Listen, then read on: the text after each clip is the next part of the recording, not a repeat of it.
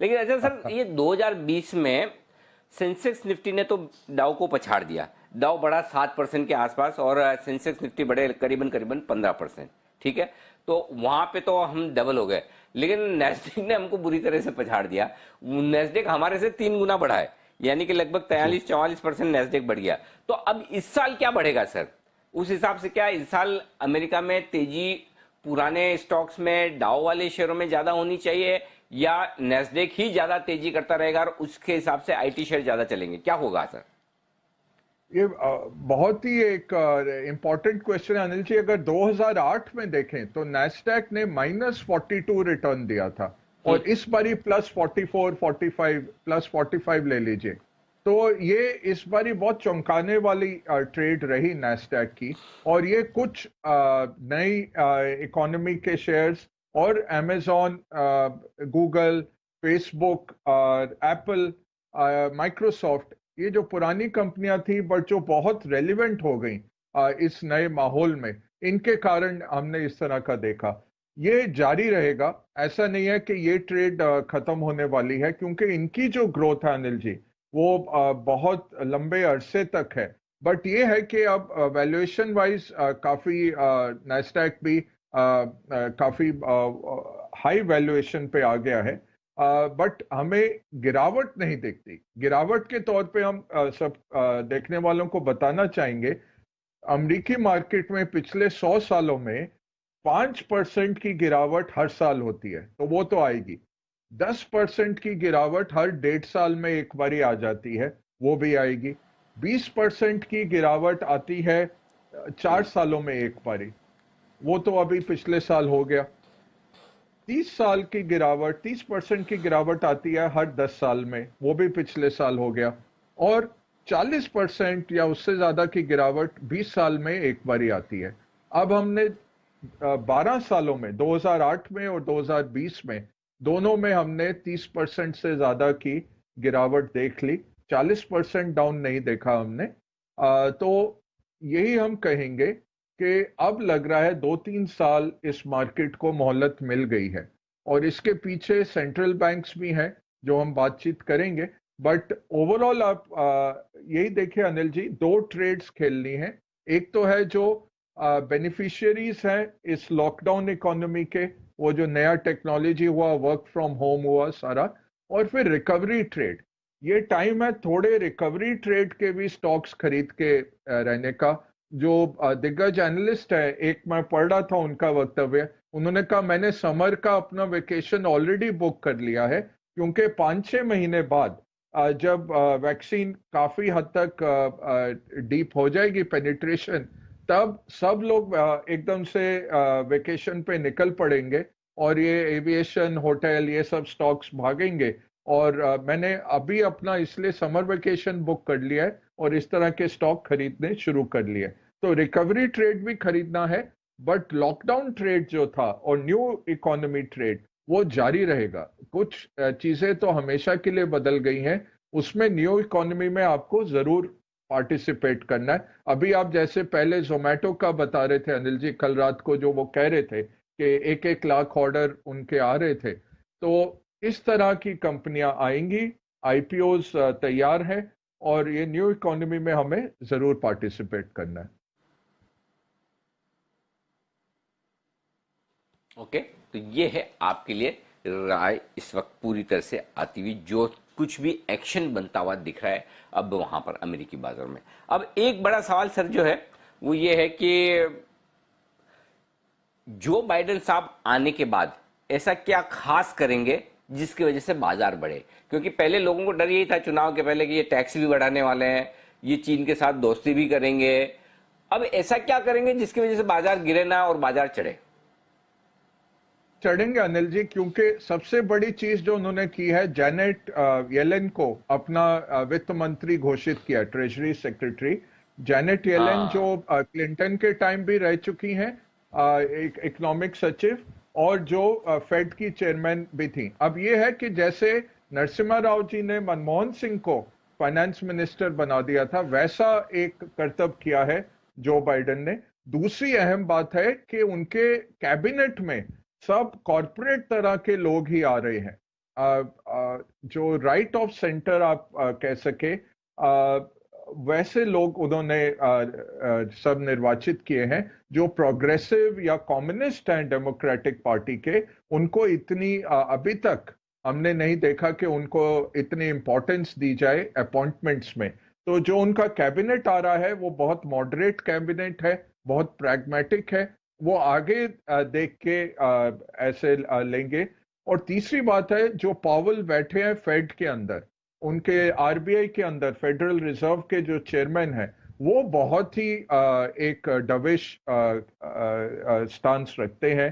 पिछले साल देखिए अनिल जी, उनकी फेड की बैलेंस शीट $3 ट्रिलियन बढ़ा दी गई, तो अभी $7 ट्रिलियन पे उनकी बैलेंस शीट खड़ी है। और हर महीने उन्होंने कहा है कि $120 बिलियन के वो बॉन्ड खरीदेंगे। तो नोट छाप के वो लिक्विडिटी डाल रहे हैं मार्केट में। पिछले साल सब सेंट्रल बैंक्स ने मिलके $8 ट्रिलियन डाले थे मार्केट्स में। इस साल हमारे जो आंकड़े आ रहे हैं, हमें दिख रहा है कि $5 ट्रिलियन तो कहीं नहीं गए नई लिक्विडिटी के जो सेंट्रल बैंक्स डालेंगे। तो इसलिए मैं कह रहा हूं 2-3 साल का मुझे एक रनवे दिख रहा है मार्केट्स के आउट परफॉर्मेंस का, इस लिक्विडिटी के चलते। और बाइडेन जो एक कैंडिडेट थे, और बाइडेन जो प्रेसिडेंट बनेंगे, प्रेसिडेंट जब बनते हैं वो ओबामा जैसे उनकी पॉलिसीज रहेंगी, बहुत सेंटर, बहुत मॉडरेट, सबका विकास, इस तरह की पॉलिसीज रहेंगी। और सबके साथ दोस्ती, इस तरह की पॉलिसी रहेंगी। भारत के लिए ट्रंप बेटर थे, क्योंकि वो चीन के अगेंस्ट थे और काफी भारत को प्रोत्साहन दे रहे थे। थोड़ा बहुत सेटबैक है, बट इतना कुछ नहीं है, क्योंकि वो जो मॉडरेशन रखेंगे, और ये जो जैनेट येलेन और पावल मिलके जो इनकी इकोनॉमी चलाएंगे, वो हमारे मार्केट्स को भी बेनिफिट करेगा। ठीक है, परफेक्ट है सर। अच्छा सर, ये बताएं कि आप तो सारे पॉलिटिशियन पर नजर रखते हैं, एफआईज पे भी रखते हैं क्या सर? ये जो पैसे इतने आए नवंबर दिसंबर में खास तौर से, क्या मतलब और आते रहेंगे 2021 में? कमी तो नहीं है ना इनके पास?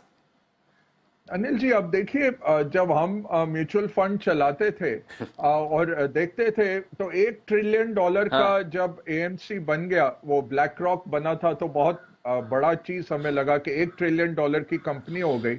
और अब देखिए, वैनगार्ड का एक फंड है जो $1 ट्रिलियन क्रॉस कर गया। ब्लैक रॉक, वैनगार्ड जैसी कंपनियों में $8-8 ट्रिलियन पड़े हुए हैं। तो होता क्या है, जब इस तरह से पैसे बांटे जा रहे हैं दुनिया भर में, वो कहीं ना कहीं रिस्क एसेट में आ जाते हैं। अब नवंबर के आंकड़े तो आ चुके हैं, दिसंबर के आने हैं, अगले हफ्ते तक थोड़ी क्लैरिटी आएगी। नवंबर में पूरे विश्व के इमर्जिंग मार्केट्स में $145 बिलियन का निवेश हुआ। उसमें से 8.5 बिलियन हमें मिले। तो बहुत बड़ा एक मार्केट शेयर हमें मिला। उतनी हमारी मार्केट कैप नहीं है उस मुकाबले जितना हमें मिला, क्योंकि कैचअप ट्रेड था, मार्च में इन्होंने निकाला भी था। अब अगर आपका माहौल ठीक रहता है, और जो रिकवरी भारत में हमें 30% से ज्यादा की दिख रही है अगले साल कॉर्पोरेट अर्निंग्स में, वो माहौल ठीक रहेगा, तो ये पैसा आता रहेगा। पैसा तो है, पैसा तो जबरदस्त है ग्लोबली, जो साइट पे बैठा हुआ है। जिसको एक और आंकड़ा लीजिए अनिल जी, $18 ट्रिलियन, 18 ट्रिलियन, एक तिहाई बॉन्ड्स दुनिया के नेगेटिव रिटर्न देते हैं। तो अब नेगेटिव रिटर्न लेने के लिए निवेशक बोलेगा नेगेटिव रिटर्न से अच्छा है भारत में जाता हूं, 9% नहीं मिला, 6% मिल जाए, 15% मिल जाए, तो वारे न्यारे हैं। इसलिए मैं कह रहा हूं पैसा तो आता रहेगा भारत में। प्राइवेट इक्विटी भी लाएगा, और पब्लिक इक्विटी एफपीआई दोनों लेके आएंगे। अभी जो पैसा आया नवंबर दिसंबर में, वो ज्यादा ईटीएफ का पैसा था। तो ग्लोबल इमर्जिंग ईटीएफ या भारत के जो डेडिकेटेड हैं, वो तो छोटे हैं। ज्यादातर ग्लोबल इमर्जिंग ईटीएफ, इनका पैसा लगा। अच्छा सर, ये बताएं कि इक्विटी की तो आपने बात कर दी, बता भी दिया आउटलुक कैसा है 1 से 3 साल के लिए, सब ठीक है। 2021 में गोल्ड का बताओ आप, एक एक डॉलर का बताइए, डॉलर का पे क्या व्यू है, गोल्ड पे क्या व्यू है, फिर आपका क्रूड कच्चे तेल पे क्या व्यू है, ये तीनों भी बताइए, ये कैसे परफॉर्म करेंगे, और थोड़ा बहुत अगर फिक्स इनकम भी आप बताना चाहें सर। जी, देखिए, अगर 10 साल के रिटर्न देखें, गोल्ड ने बहुत खराब रिटर्न दिए 10 साल में। 3% का कैगर भी नहीं आया, कंपाउंडेड हम्म। एनुअली। गोल्ड ने 3% भी नहीं दिया। अगले पिछले 2 साल में चलना शुरू हुआ 2012 के बाद, जो गोल्ड गिरा, और उसके बाद 2019 में शुरू हुआ, 2020 में अच्छे रिटर्न दिए। हमारी ये गणना है अनिल जी के अगले साल भी गोल्ड 24% रिटर्न तो नहीं देगा, बट 60,000 क्रॉस होना चाहिए रुपए में पर तोला। वो हमें लग रहा है कि गोल्ड की रिटर्न आएगी। तो यहाँ से अगर 50,000 51,000 का गोल्ड है, तो वहां से आपको 18 से 20% रिटर्न मिलना काफी लाजमी है। उसमें रुपी डेप्रिसिएशन भी है थोड़ी, और साथ में गोल्ड का जो ग्रोथ है। और ये क्यों आएगा? क्योंकि चीन और हिंदुस्तान में पिछले 2 साल में काफी कंजम्पशन डिमांड गिरी है। वो जब इकोनॉमिक रिकवरी आएगी, कंजम्पशन डिमांड बढ़ेगी। वो दोनों फैक्टर्स हैं जो आगे बढ़ाएंगे। तेल की कीमत लगभग 55 से 60 डॉलर से ज्यादा जाती नहीं दिख रही। तेल बहुत गिरा इस साल, और उसका कारण यही था कि डिमांड इतनी गिर गई। और अभी भी आर्टिफिशियली इन्होंने, क्योंकि काटा हुआ है अपना प्रोडक्शन, तो वो प्रोडक्शन अगर अप्रैल तक पूरा पारित हो जाता है, तो वो एक अंकुश लगाएगा तेल का बहुत ज्यादा बढ़ने में। तो 55 से 60 डॉलर की हमारी एस्टिमेट है। सिल्वर ने बहुत अच्छा किया, चांदी चढ़ा है, और चांदी एक मल्टी ईयर रोल पर है अभी, क्योंकि चांदी इंडस्ट्रियल रिकवरी के साथ भी चलता है। ज्यादातर चांदी की खपत इन्वेस्टमेंट से ज्यादा इंडस्ट्री में लगती है, और सोलार और इस सब के साथ भी चांदी का काफी कोरिलेशन है। तो चांदी दौड़ेगा। सोने से बेटर दिया इस साल, 40% रिटर्न था चांदी का इस साल भी। अगले साल फिर से सोने से ज्यादा होना चाहिए। ओवरऑल कमोडिटीज अनिल जी बहुत लास्ट 10 साल में -7% दिए हैं कमोडिटीज, क्योंकि हम दशक की भी बात कर रहे हैं। तो कमोडिटीज ने अंडर परफॉर्म किया है, जिसमें तेल सबसे आगे है। अब ये टर्न होगा। कमोडिटी टू इक्विटी एक इंडेक्स हम देखते हैं, वो 2000 के न्यूनतम लेवल पे आ गया है। उससे क्या निष्कर्ष आप लगा सकते हैं? या तो इक्विटी गिरे, इक्विटी को वो लिक्विड ऑक्सीजन की तरह लिक्विडिटी गिरने नहीं देगी, तो उसमें क्या होता है, फिर कमोडिटीज बढ़ेंगे।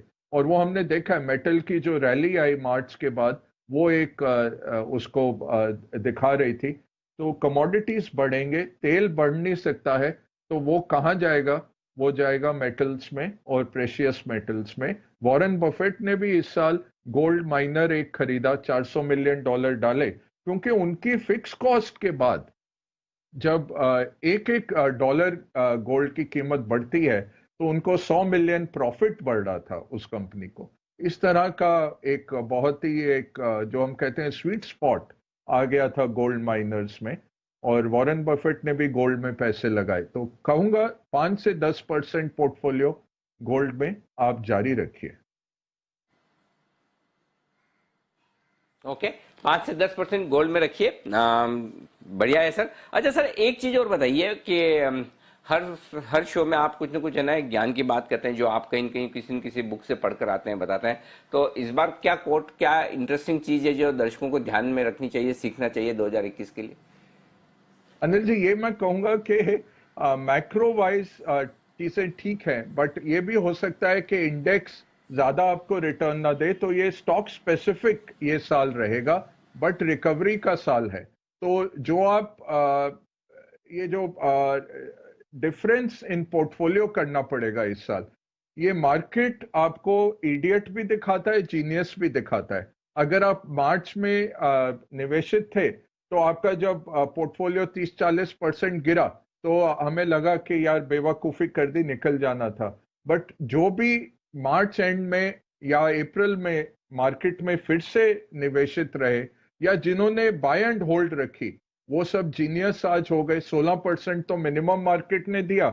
और अगर आपने चुनिंदा शेयर उठाए थे, तो बहुत ही बढ़िया लोगों को रिटर्न मिल गया। तो मार्केट आपको दोनों तरफ दिखाता है, और अगर हेडलाइंस में है चीज तो वो मार्केट ने पचा ली है। अब इकोनॉमिक रिकवरी ऑलरेडी हेडलाइंस में है। कुछ जो 2016 का हमारा 2020 का जो रिटर्न आया है 16% का, कुछ वो 2021 से भी खा के आया है कि भाई रिकवरी आ रही है, थोड़ा इसमें से हम ले लेते हैं। अब हमें ये देखना है, एक हम ये जो कहते हैं बारबेल स्ट्रैटेजी, बारबेल क्या है, दोनों तरफ हम खेलेंगे। एक ये लॉकडाउन ट्रेड खेलेंगे, आईटी फार्मा में बने रहिए, उसमें बहुत बढ़िया ग्रोथ है। और फिर आपको साइक्लिकल रिकवरी, ये industrial, cement, real estate, banking, financials, insurance, ये सब प्लेस आपको देखने हैं रिकवरी ट्रेड के तौर पे। और थोड़े बहुत होटल, एयरलाइन कंपनियां, इनमें थोड़ा पैसा लगा के अभी आप बैठ जाइए। 3 से 6 महीने लगेंगे नॉर्मलाइजेशन की तरफ बढ़ने में, नॉर्मलसी आते हुए शायद 1-1.5 साल लग जाए, बट जब ये आएगा तो बहुत तेजी से ये स्टॉक उससे पहले 3 महीने पहले बढ़ जाएंगे। यही मैं कहना चाहूंगा। तो निवेशित रहिए। सबसे ज्यादा पैसा इस मार्केट में किसने बनाया? भारत के रिटेल निवेशक ने, जिन्होंने 7,000 करोड़ के एसआईपी हर महीने डालते रहे इस मार्केट में। मार्च 23 को भी डाले और आज के दिन भी डाल रहे हैं। उन्होंने सबसे ज्यादा पैसा बनाया। एक और इंटरेस्टिंग थिंग अनिल जी, अगर टाइम है तो कहना चाहूंगा। जी बहुत इंटरेस्टिंग थिंग है हाँ, अनिल सर जी के आधा एक मिनट कंप्यूटर, है, जल्दी से बता दें सर। कंप्यूटर्स हमें हराते रहे हैं अनिल जी लास्ट 10-12 साल से। ये क्वांट स्ट्रैटेजी जी ह्यूमन फंड मैनेजर से आगे थे। 2020 में पैंतरा बदला, और हेज फंड्स जो ह्यूमन रन हेज फंड्स हैं, उन्होंने बहुत बेहतरीन परफॉर्मेंस की। क्वांट फंड जो हैं और रेनेसांस वगैरह, ये नेगेटिव में आ गए क्योंकि उन्होंने मार्च में ये देखा नहीं गिरावट, और अच्छा, अप्रैल में जो बढ़ने वाला है, वो दोनों चीजें वो मिस कर गए अनिल जी। ये बहुत अच्छी बात हुई है सर। ये सुन के बड़ा आनंद आया। कम से कम दिमाग की वैल्यू तो है, नहीं तो सब कुछ दिमाग से अगर सॉफ्टवेयर बना दें, प्रोग्राम बना दें और वही काम करे तो फिर मजा नहीं है। तो चलिए 2020 में एक और अच्छी चीज पता चली कि किन के पास दिमाग है उसकी वैल्यू है।